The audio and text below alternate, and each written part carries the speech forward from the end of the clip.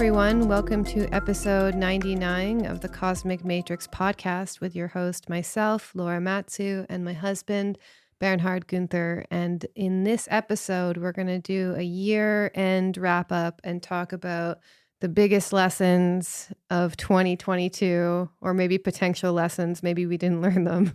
And then we're going to go really spend some time going over the astrology of 2023 and some major evolutionary transits that we see happening. So as always, we always have a first hour free to the public, and then we have a second hour where we go much deeper, and we often actually talk about things that we can't talk about on the first hour. So if you want to join our second hour membership, then go to veilofreality.com and you'll see a drop-down menu for become a member, and you can get access to all 99 episodes, basically 99 plus hours of second hour material. So in this episode, in the first hour, we're just going to go over, some personal reflections, some personal lessons we learned in 2022. And then we're going to talk about all the global craziness we've seen going on, from all of the conspiracy theories becoming conspiracy facts to, all of the doctors who spoke out against the thing I can't name and got canceled. We're going to talk about the Twitter files. We're going to talk about the FTX crypto scandal. And we're going to go into some major transits. Mainly in the first hour, we're going to talk about Saturn entering Pisces, which happens in March. And then we're going to talk about the Pluto's visit in Aquarius, which is basically only from March to June. And then it's going to go retrograde, and then it's going to go into Aquarius for most of 2024. And in the second hour, only for members, we're going to talk about, another kind of year-end wrap-up topic, talk about the article that Bernhard wrote on Veil of Reality, which is a very popular article, went very viral. You can check it out. It was about Thomas Meyer's research about the COVID vaccines and the consequences on the soul, spirit, and life after death. So Thomas Meyer comes from basically anthroposophy, which is Steiner's method or system, and he talked about the spiritual consequences of the V. And then also we're also going to talk about in the second hour the next kind of fake climate change scare that could be used for more social control, as we've already seen announced by the German health minister. If you follow our Telegram, I believe I posted it there. And then we're also going to talk about, this ongoing lesson that we talk about on almost every single podcast, why the necessity for psycho-spiritual self-work will really become more evident in light of the potential, shadow side of the Pluto and Aquarius era, which is going to be transhumanism, AI. It's also about individuation. It can represent disassociation, alienation. There's many things. We're going to go all into that as well. Yeah. And in the second hour, I'm going to continue more, and I'm going to talk about some major transits also happening in 2023. We have Jupiter in Aries, Jupiter in Taurus, and then we have a major evolutionary transit, number 1, where the nodes are going to switch into the Aries-Libra axis, and then we're going to have Pluto square the nodes. And this is going to be like a big year, I feel. So stay tuned to the second hour to get more info about that. So yeah, I guess we'll just start on the more microcosm level and what are some reflections what are some big lessons that we learned in 2022? Great question. I mean, based on our work, the inner work keeps going, refining, psychological work, spiritual work combined, all the way from inner child work, shadow work, to more deepening the spiritual practice. So on a personal level, that has definitely more intensified, has become more refined, as the layers of the onions are being peeled. It has become more embodied for myself. You know what I mean? There's been definitely phases in my evolution, so to speak, or journey where I tend to intellectualize certain concepts. That's kind of my to-go thing. With my strong mind before I truly embody them and maybe apply them more somatically or going deeper with it. So this year has been definitely a deeper breakthrough for me personally to really also go further into integral yoga, Sri Aurobindo's work, which my listeners or readers of my work already know. I've gotten quite deeply into it over the past few years, but I've seen another breakthrough where I kind of get more in touch with my so-called psychic being and have a more experiential experience, so to speak, rather than approaching it just intellectually and whatnot. So that has deepened my aspiration, my surrender, and more consistent meditation practice and all that. And not only like passive meditation by myself, but dynamic meditation to keep the divine in my mind, the aspiration, so to speak, consistently. And that has definitely a profound change in myself. But it's a law of ascended descent, so more stuff has come up as well in order to anchor the divine within myself and connect to that. More inner child stuff has come up I needed to look at. And that's sometimes definitely triggered through our relationship in the positive sense, so I can use it material to do more inner child work, parts work, shadow work. And the way I've seen it manifest within myself, that I have also, let's put it, how can I share that in the sense of my views have not become so fixed in black and white. So my views have become more nuanced in general, which has also always been part of my work in general, not identify with either side, but it has become even more nuanced. Especially we had a couple episodes, our recent episodes about evil with Neelish as well, the role of evil from the integral yoga perspective, and really understanding that things are just not that black and white. Yeah, right? that's actually a defense mechanism called splitting, where you tend to see things and people as all good or all bad, which is just not a mature stance to life. Is that the truth is that even the people you love the most will disappoint you sometimes, and no one in this world is perfect. But I think that a lot of people over the past few years have actually been splitting a lot, and and that's just another topic on its own. But on that note, that reminds me, because of the past 2-3 years, definitely with how crazy the left has gone with the woke virus and this socialist, Marxist, communist takeover, I've embraced even more quote unquote conservative values in this sense, right?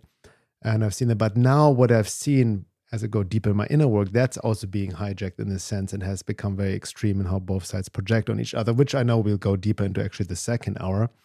But not identifying with the craziness out there, and even with the whole, on a personal level, the so-called truther movement, trying to Klaus Schwab and this and that and the Great Reset. And it's important that we talk about it, but I'm less and less drawn to externalize so much.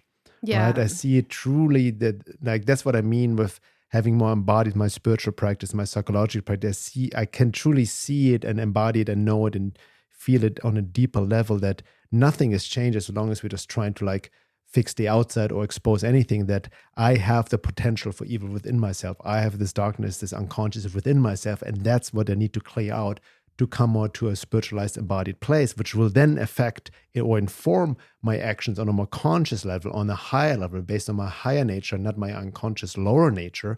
And that's how we truly change reality, because ultimately the outside always reflects the inside within ourselves. And personally, I've come to a place where I truly, quote unquote, see this on an embodied experiential level rather than just a philosophical, intellectual concept. Yeah, exactly. So, we've been through our own process. I found that, I've had to consciously seen the North Node in Taurus is actually where my North Node is, just slow things down to, it was really intense for 2020 and 2021 for us. We got probably the height of being canceled and all sorts of crazy stuff. And I got and we were doing courses the entire time, and I actually suffered from burnout for a period. So I've had to really take a step back and, focus more on my health, which is really a Taurus thing too, taking care of the body. We've also had to really reevaluate our social media strategy because we're both shadow banned on our main platforms. Thank God they don't have the FBI agents to go through all the podcasts, because we say a lot of things on the podcast that we wouldn't be able to say on social media. But that's been a big change, I think, for us as well, is just branching out. You joined Twitter, you joined YouTube. I even joined TikTok, and I know I'm totally aware of how evil it is. But honestly, at this point, all of the mainstream platforms are kind of in that category. And yeah, we've just been continuing on, refining our own work and the soul work that we do in embodied soul awakening, and really bringing people together in these times to really do the work that really matters. Because I find that a lot of people lately, number one, they're psychologically, mentally, and spiritually stressed. It's hard, you have to really kind of find ways to take care of yourself during crazy times like this so you don't get hooked into the hysteria of the collective. And also, it's been very difficult for people not being able to talk to people about what's going on. Like even my own Instagram page has become a place where people can chat with each other about like the things that have been happening and the family members that have excommunicated them because they didn't want to take a certain treatment and stuff. So you can already see these themes of Aquarius and like kind of people individuating and finding like-minded others. They're already happening, as we've seen. And on a global level, maybe we can touch on that. So what do you want to... No, before we go there, based on what you shared, I just wanted to share as well. It's true, we did, we keep going and doing our embodiment soul awakening courses. We've done now, we're just about to start the 10th round. We've done 9 times in a row over the past 3 years, and they've gone really well, but it is intense work. So that was a lesson as well for us, or for me as well, self-care, to really take care of ourselves on all levels as well, to be able to provide the work. And you're right, even on a creative level, I don't know if people know, I've started producing some shorter YouTube videos, that was fun creatively about, my work, more shorter clips, so to speak. So if you haven't seen that yet, go to my YouTube channel, youtube.com/timeoftransition. And I'll be keeping doing those. And speaking of creativity, I also wanted to share real quick that we recently, yesterday, went to see Avatar. Which, was, I just want to drop that in. And I know there's a lot of controversy. People, some people get very triggered by the movies. Some people loved it, back and forth. But I have to say, beyond going like into any story or deep analysis, it did touch me profoundly. Like my inner child was really touched. And I was actually tearing up, crying during the movie here and there, especially at the end. And what I really appreciate, because I've also lost faith and hope in the whole creative arts, Hollywood and all of that. But that movie brought me back to what the biggest impact movies had on me. Last time I can remember was probably 20 years ago with Lord of the Rings trilogy. But what I really appreciated, there was the theme of just true deep love, of loyalty, of family, of something. It's really hard to put into words, but it's touched deeper my inner child, of like remembering the innocence of my inner child, of what I experienced, what I also missed. The childhood wounding came up. So there was a grieving aspect. It was really hard to put into words, almost even past life related maybe.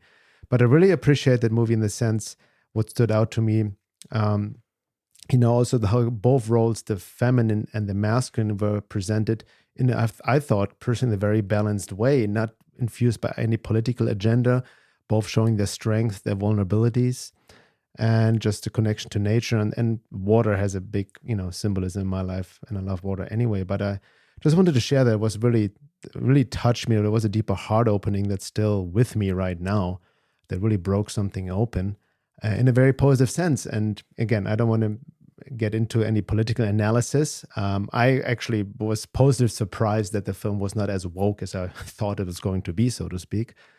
But, there's some deeper humanness in metaphorically archetypal transmitted through this film, which I really appreciated.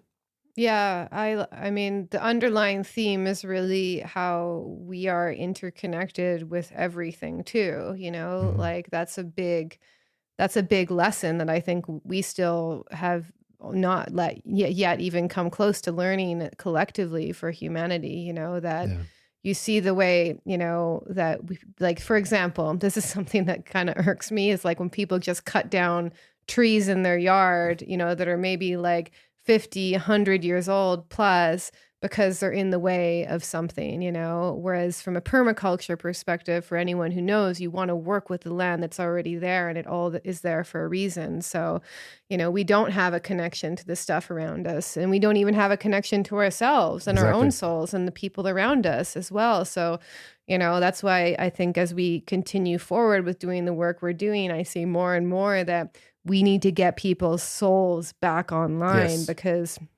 that could even get worse when Pluto enters in Aquarius, which we'll talk about later. But yeah, I saw people getting very triggered. But I read multiple posts of people saying that they walked out of the movie And they were so triggered that they walked out of the movie. Like, and that's also just a sign that it's actually not about the movie. If you were truly objectively analyzing it, you wouldn't get so upset that you had to like burst out and write something on the internet. You know what I mean?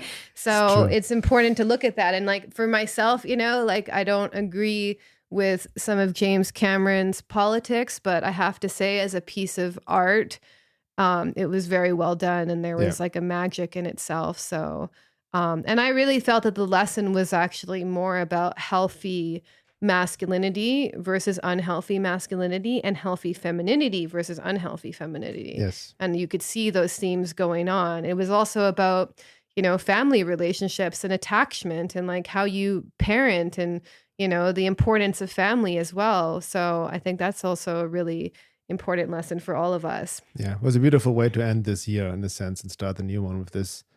Yeah. It reminds of the Rumi quote, like you need to break open the heart again and again and again. And that's kind of like what happened for me personally. Like that was emotionally very intense, but beautiful at the same time. Okay, now on a global level, what we've seen over the past year is very interesting. It seems like the vibe has shifted a little bit.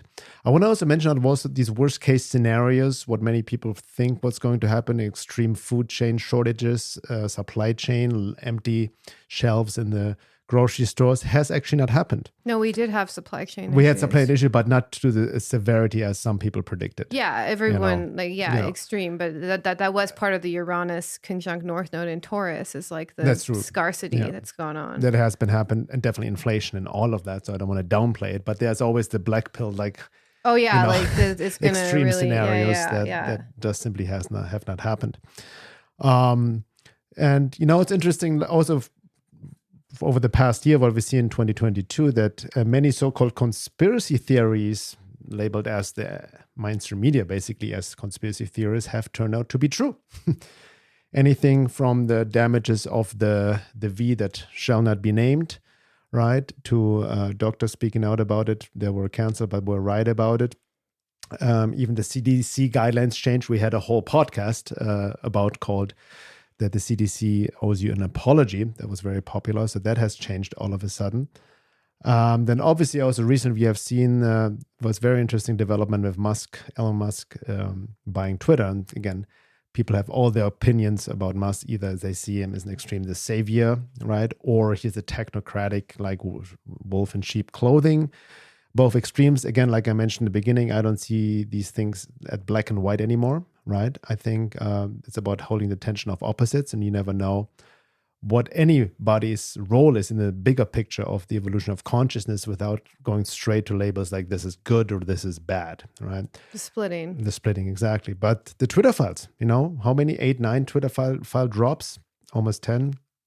Yeah. You know, really showed that definitely there have been the government and FBI involvement in social media censorship. And they paid them millions of dollars. Don't forget that part. The that FBI, came out. Exactly. Yeah. So it's been literally has been proven by fact what is usually only be done in highly controlled communist environment, socialist environments, like my dad experienced when he used to live in Eastern Germany, social democratic socialism, like the Stasi, the media being basically a mouthpiece for the government. And that's what we've seen here, that social media has been overtaken by the federal agencies, by governments, by the Biden administration to basically interfere, basically engaging into election interference with the censorship of Trump and other, you know, conservative speakers and all of that.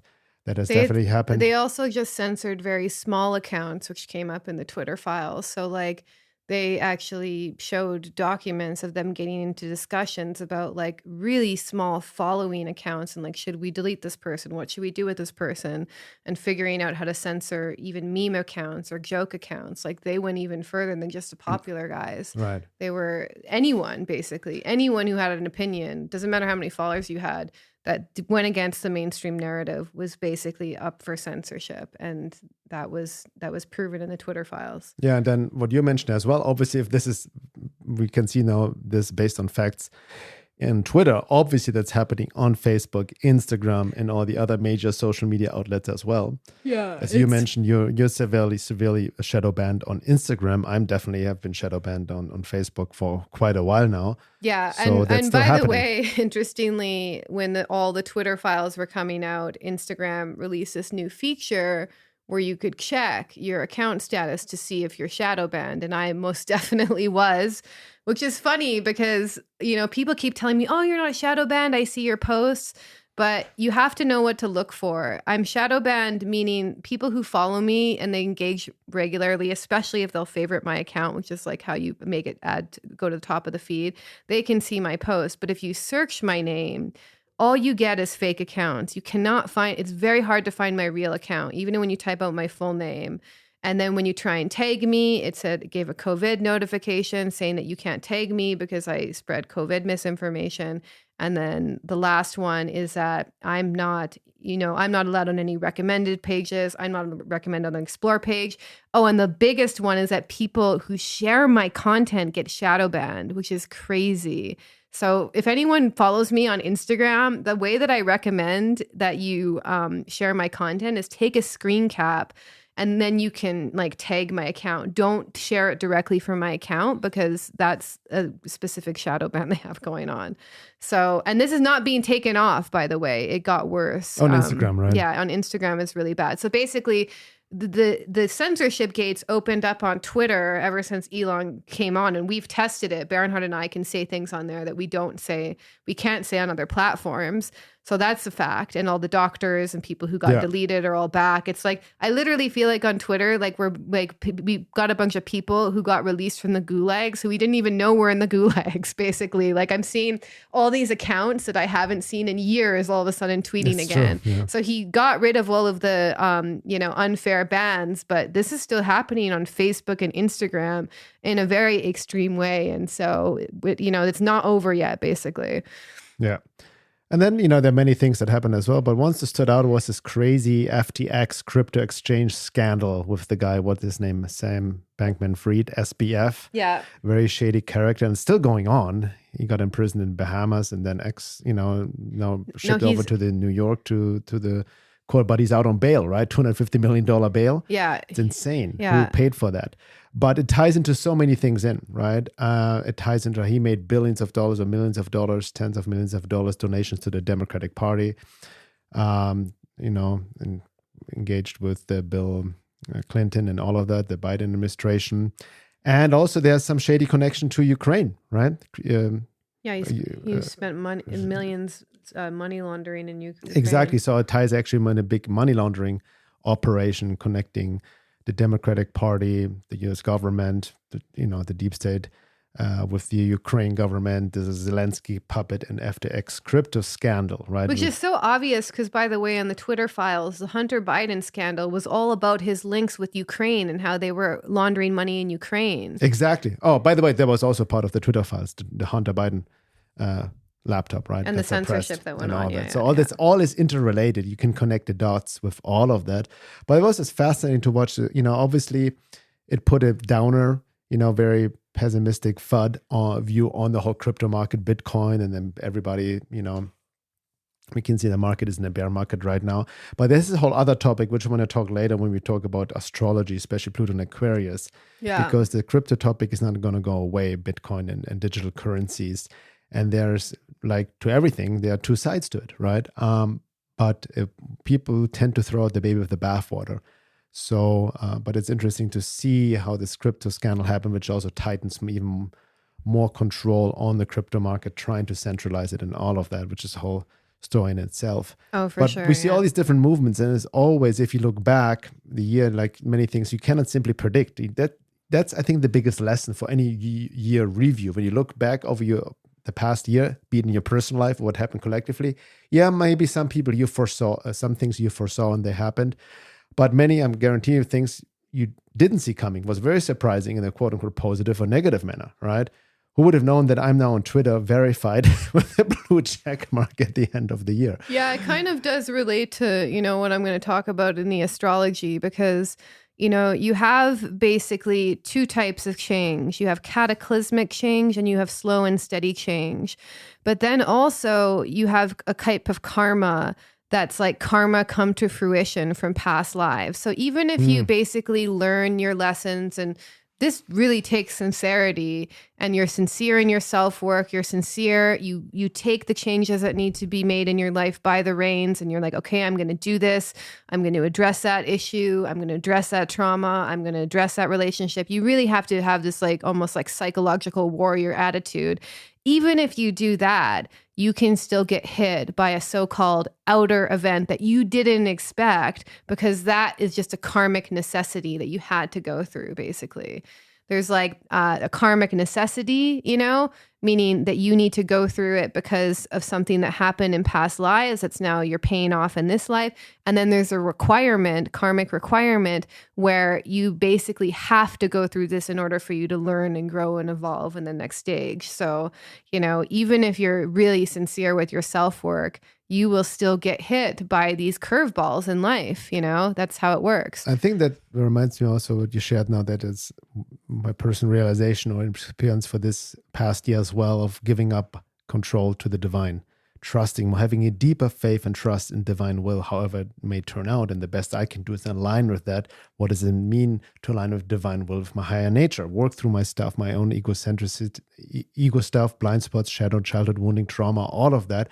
So I can be more that force to bring change in this world in a more conscious manner. But like you mentioned, a lot of it is outside of our conscious control. Most people live on the illusion of free will, but we are led by forces and from the past affecting the future and affecting the present, which affects the future in ways we're not aware of. I personally think that as you grow in consciousness, you actually gain a little bit more free will in a sense.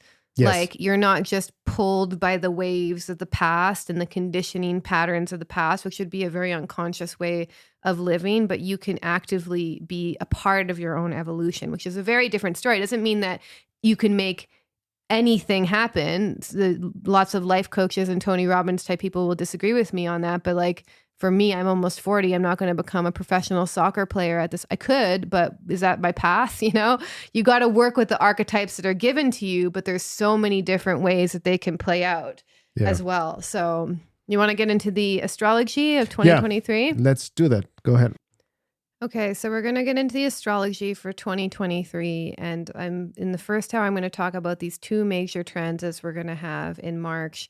Saturn entering Pisces and Pluto entering Aquarius. In the second hour, I'm going to talk about the Jupiter transits, the nodes of the moon shifting from Aries to Libra.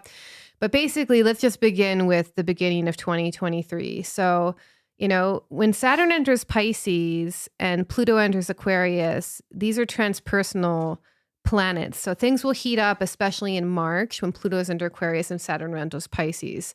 But the year is going to begin a bit disruptively before that, because we have Mars retrograde in Gemini, Mercury retrograde in Capricorn. By the end of January, both Mars and Mercury will station direct, which means more forward movement. And Uranus is still, even though Uranus is still conjunct the North Node in Taurus, which is why a lot of people have been moving lately, by the way, things will calm down for a period. But then there will be a major collective shift in March when Saturn and Pluto change signs within weeks of each other. And this is followed by Pluto square the nodes for much of the year, and then Jupiter entering Taurus in May, and then the nodes switching in July. So I'm going to talk about what all this means. So basically, the key dates that we want to keep in mind is Pluto visiting Aquarius from March to June, and then Saturn entering Pisces from March 7th, and that's obviously 2023.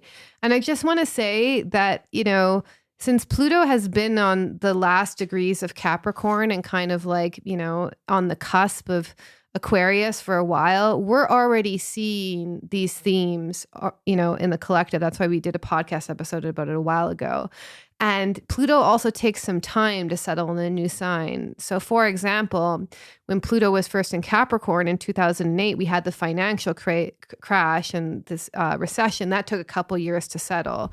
And it's interesting, at the end of this same Capricorn cycle, we're also experience financial issues as well, so it's They both are very typical Capricorn themes. Yes, exactly, right? Exactly. And so this is all, so everything that happens between 2024 is all going to lead up to a really big change in 2025, because all of the outer planets will be in new signs. So outer planets signify transpersonal, large scale, and collective change. And just to give you a preview, in 2025, we're going to have Pluto in Aquarius, Neptune is going to move from Pisces into Aries, and Uranus is going to move from Taurus to Gemini. So this is going to be... That's huge. That's huge. There's going to be so much going on. And I already have some ideas on what's going to happen, especially with Uranus and Gemini and the whole homeschooling movement. But that being said, okay, so let's get into it. So we're really in this truly a time of transition, which is a word we use in our Telegram channel. It's the word that we use for our retreats and our programs, meaning we're really in this in-between phase. We're letting go of the past, but it seems that we're not quite sure of what comes next.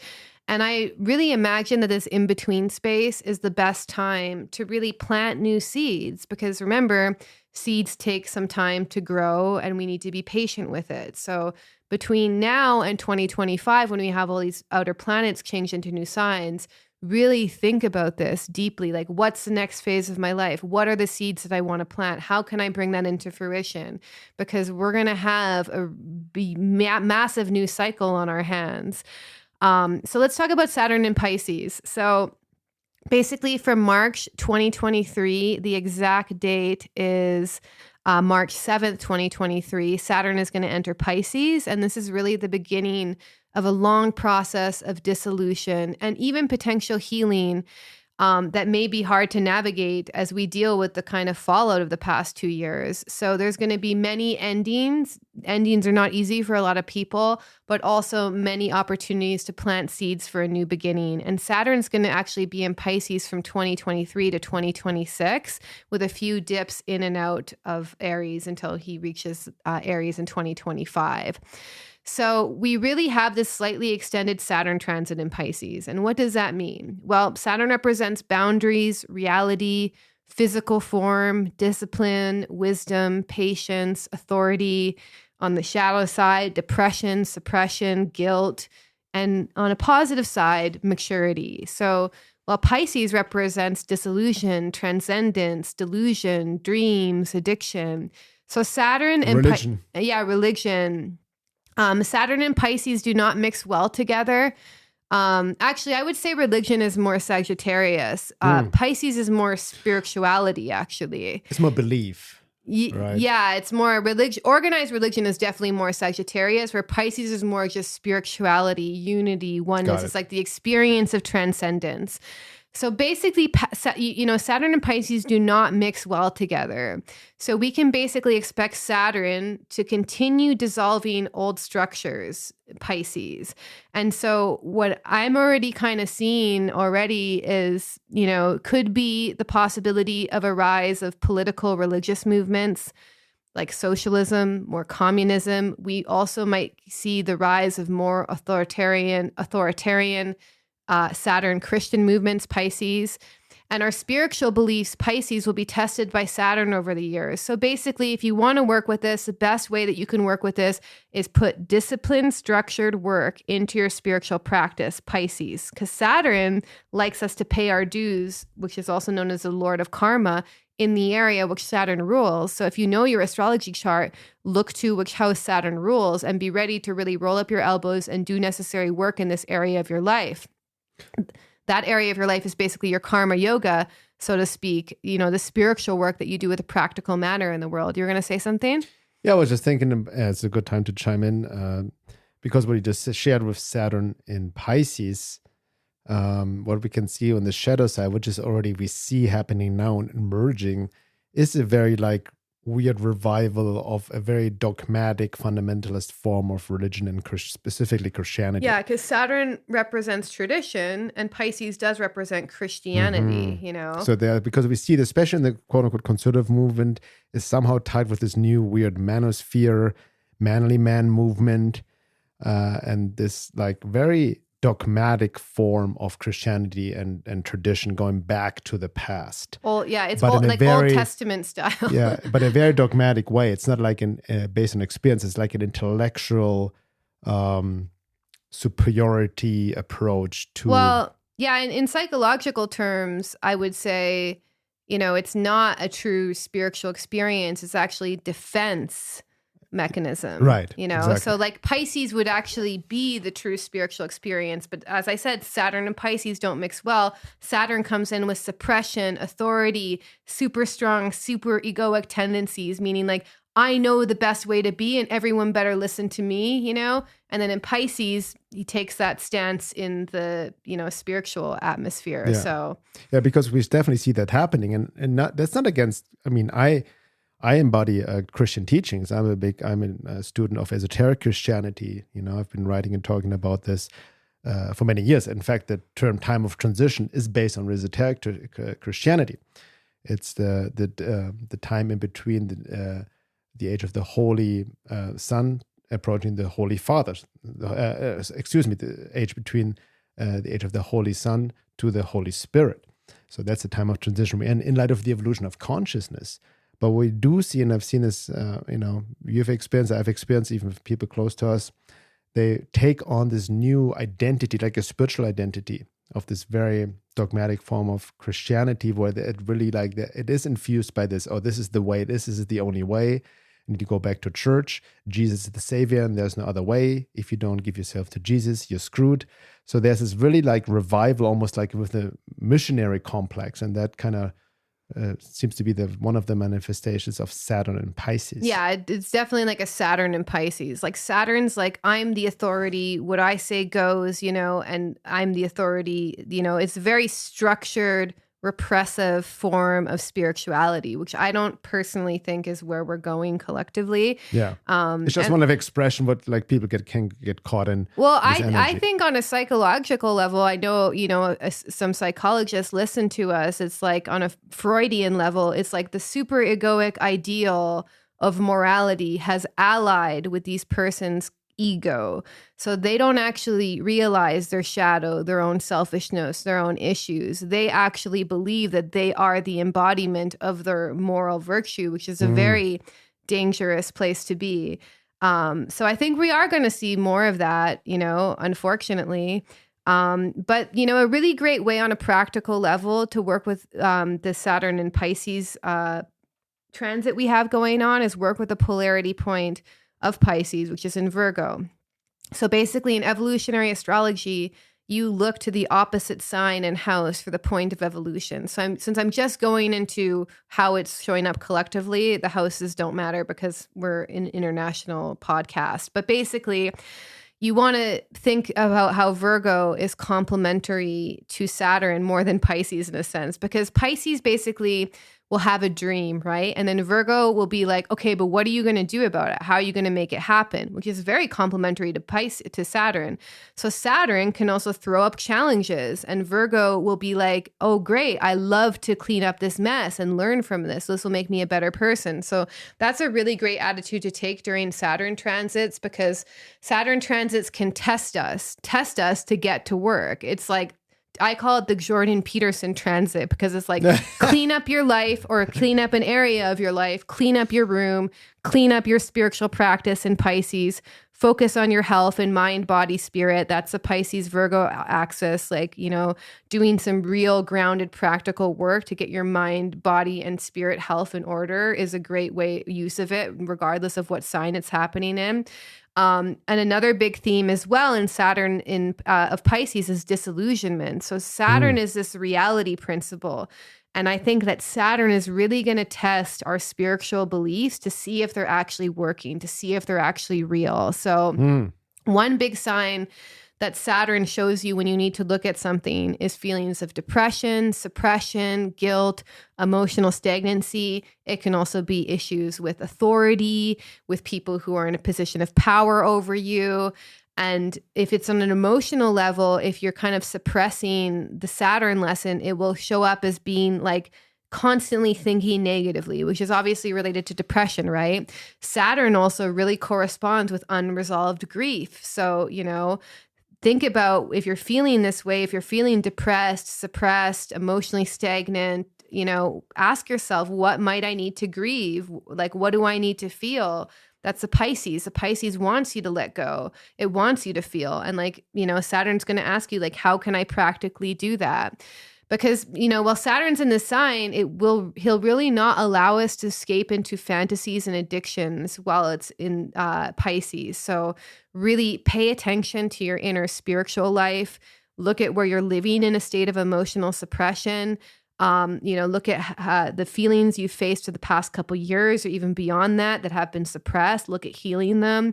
This is a really great time to start a spiritual practice. So it doesn't matter what it is, meditation, yoga, qigong, engage in a process of inner work. Saturn wants you to be really serious in this area of life. So if you've been neglecting your own spiritual practice, your own self-work, your own creativity, then work with Saturn. Saturn wants you to embody traits of discipline, hard work, and patience. So basically, a shortcut for working with any astrology transit in your life is to embody that planet's energy. And Saturn, at its highest, represents maturity and responsibility, and not coming from a place of emotional suppression either. It has to also include its polarity point of Cancer.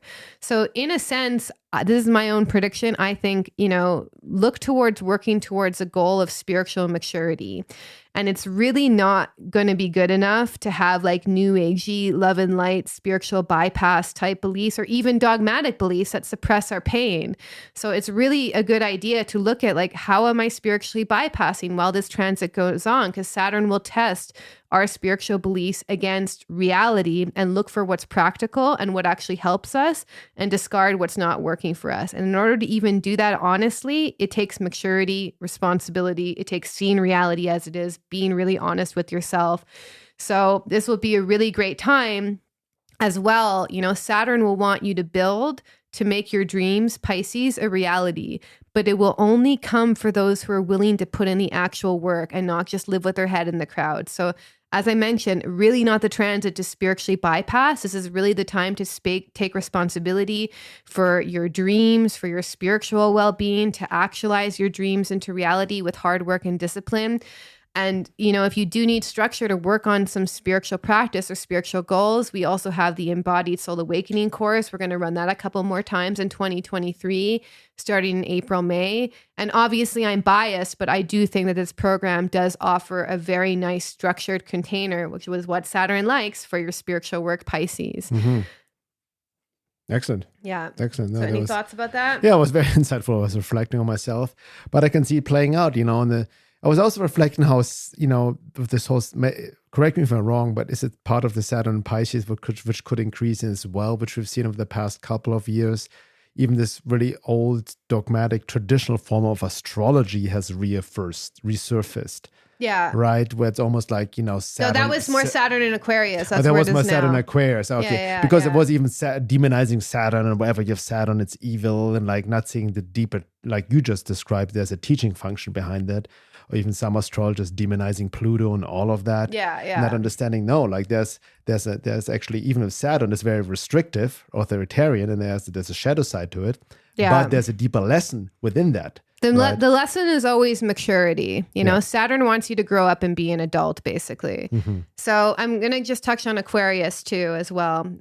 So Pluto and Aquarius, I know we touched on this in another podcast. We had a podcast about it, yeah. Oh, we had a podcast about it. Okay, so you can go check that one out. Is it titled Pluto and Aquarius or? Yes, we had an episode, Cosmic Mythics episode about Pluto and Aquarius number 94. So I highly recommend to go back to that podcast episode and listen to that as well. Okay, so let's just touch on it really quickly because I just want to make sure that, this is a major transit, by the way. That's why we're talking about it so much. It's going to be a big collective shift for us for humanity as well. So Pluto is in Aquarius from March 23rd to 2023 to June 11th, 2023. And then basically goes into Capricorn for most of the year, only to return later from January 20th, 2024 until September. It's going to go retrograde again for a period in November 2024, and then it's going to be there for good. So since Pluto is in the late degrees of Capricorn, it's basically been on the cusp for a little while now, and you already see the themes of Pluto and Aquarius rising in the collective: transhumanism, AI, communities, crypto, individuation, disassociation, trauma. Like all of these are themes we already see in Aquarius. And basically, Pluto is going to transform humanity and society as we know it when it's in Aquarius. Like it's literally not going to look the same by the time Pluto's done with it. And there could be a massive transformation to society, and on a microcosm, you might see your friend group, changing, or the little macrocosm around you changing significantly as well. So I believe Pluto and Aquarius will also be the rising of micro communities, which will be centered around a common goal. So, our Embodied Soul Awakening course is actually very Aquarian in itself because we not only bring in lots of different topics, which is very Aquarian, connecting the dots, but what I love about it is we have these groups of diverse people from all over the world gather together around a common vision or goal, which is basically inner work, the process of awakening.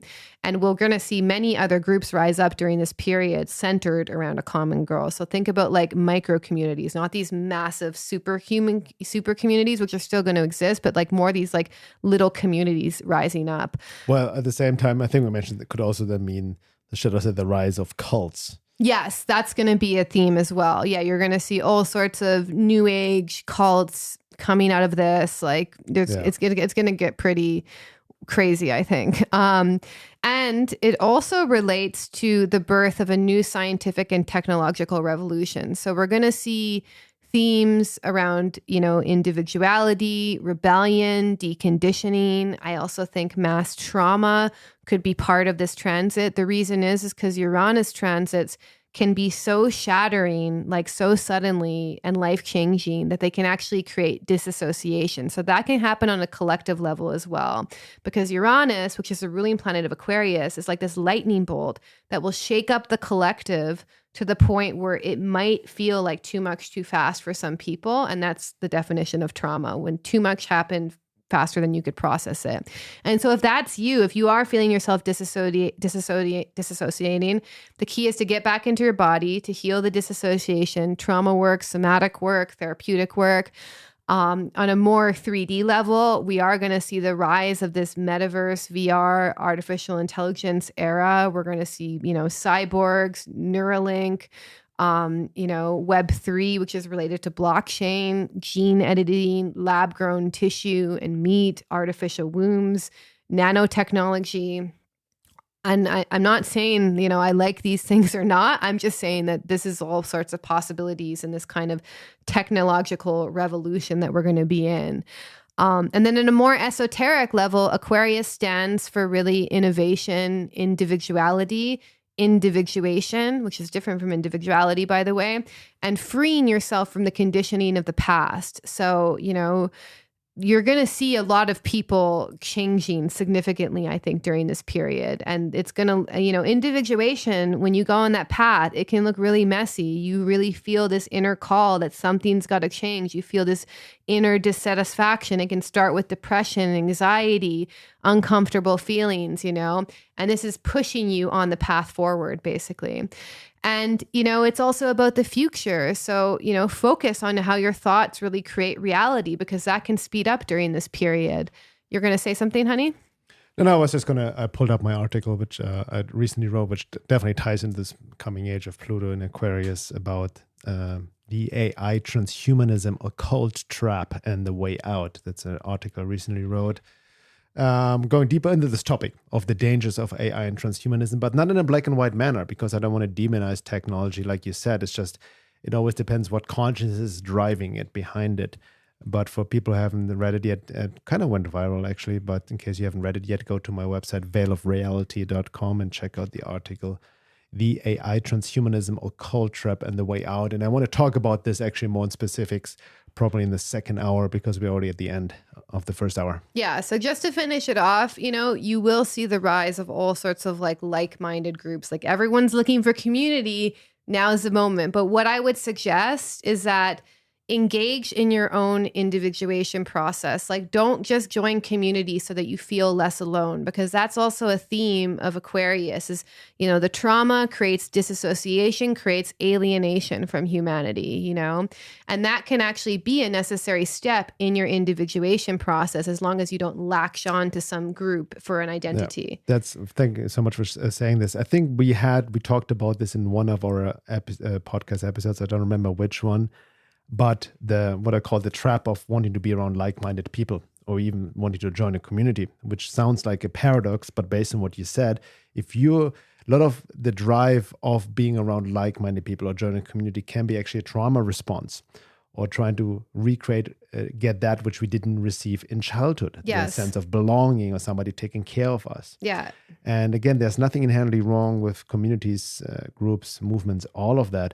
But if it's coming from this unconscious trauma response, it can easily destroy communities. It can turn into a cult with all kinds of subconscious, unconscious hierarchies, power dynamics. People feed off of unconsciously. And you can lose yourself in the group, actually. Yeah, right? yeah. At the cost of your individuality and individuation. You make yourself, there's a codependent relationship. Yeah. So it's key point, like I think with Aquarius, what you mentioned, since it also archetypally represents the process of individuation, to engage in this process of individuation, which, as Laura said, is not about becoming individual in the official culture consensus type of reality. Individuation is a deeper inner process to become whole, to connect to your soul being, your true essence. That's part of individuation. So you already need to be fully engaged in this process to really know thyself, and then you can be around others without losing yourself, without becoming dependent on others in that sense. Yeah.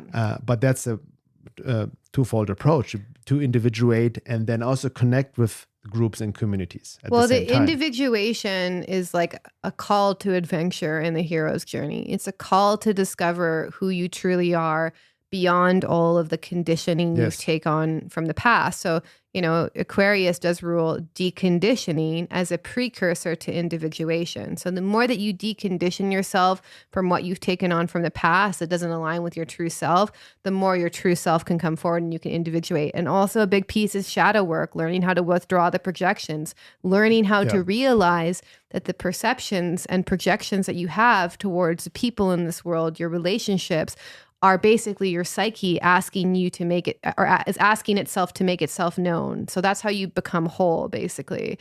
And this is, again, stuff that we do in Embodied Soul Awakening. So the more you individuate, the more you're going to likely find your true tribe, so to speak. But that takes deep work uncovering the true self. So you want to enter into these groups, being curious. And even with our group, I'm sure there's people who join who really want to just be around people. I think there's a huge healing that can happen there. I also want to make sure I don't throw the baby with the bathwater. I did a lot of healing in community, but understanding that the community is ideally supposed to support you in discovering your true self, not to make you like a cookie cutter version of like people in the community, basically. Yeah, or following like a certain dogma. Yeah. Okay, so I think we're going to wrap up. So in the second hour, I'm going to just finish off. We're going to talk about a few more transits, some really nice Jupiter transits we have going on, Jupiter in Aries, Taurus. And then I'm going to talk about the nodes switching signs and what that's going to mean as well. So yeah, and I'm going to tie it in, talk about more about what the revelations based on Thomas Meyer's work and the consequences of the COVID vax on the soul spirit, life after death, which was huge. I feel it's still people are not fully aware of what that actually means, I believe. And like going deeper into this whole transhumanism or dawn of the age of transhumanism and AI as we already see, and this will be, as Laura said, a big theme in the years to come. Also recently with the so-called Lensa app and everybody changing their avatars, profile pics on social media. So that was an interesting dynamic there. I want to talk about this from an occult perspective. and also really why it is really so necessary to engage in psycho-spiritual work. It becomes more and more important because we are in the war of our souls. Essentially, that's really what it comes down to. It's no hyperbole. If you really understand more the occult and esoteric forces at work here, be it hostile or benevolent. So with that being said, if you're not a member already, go to my website, veilofreality.com, sign up to the membership for the second hour. And we have already 99 episodes there with lots of insights, a lot of practical tools and insights in these episodes for you to draw upon as well. And see you in the second hour. Thanks for listening.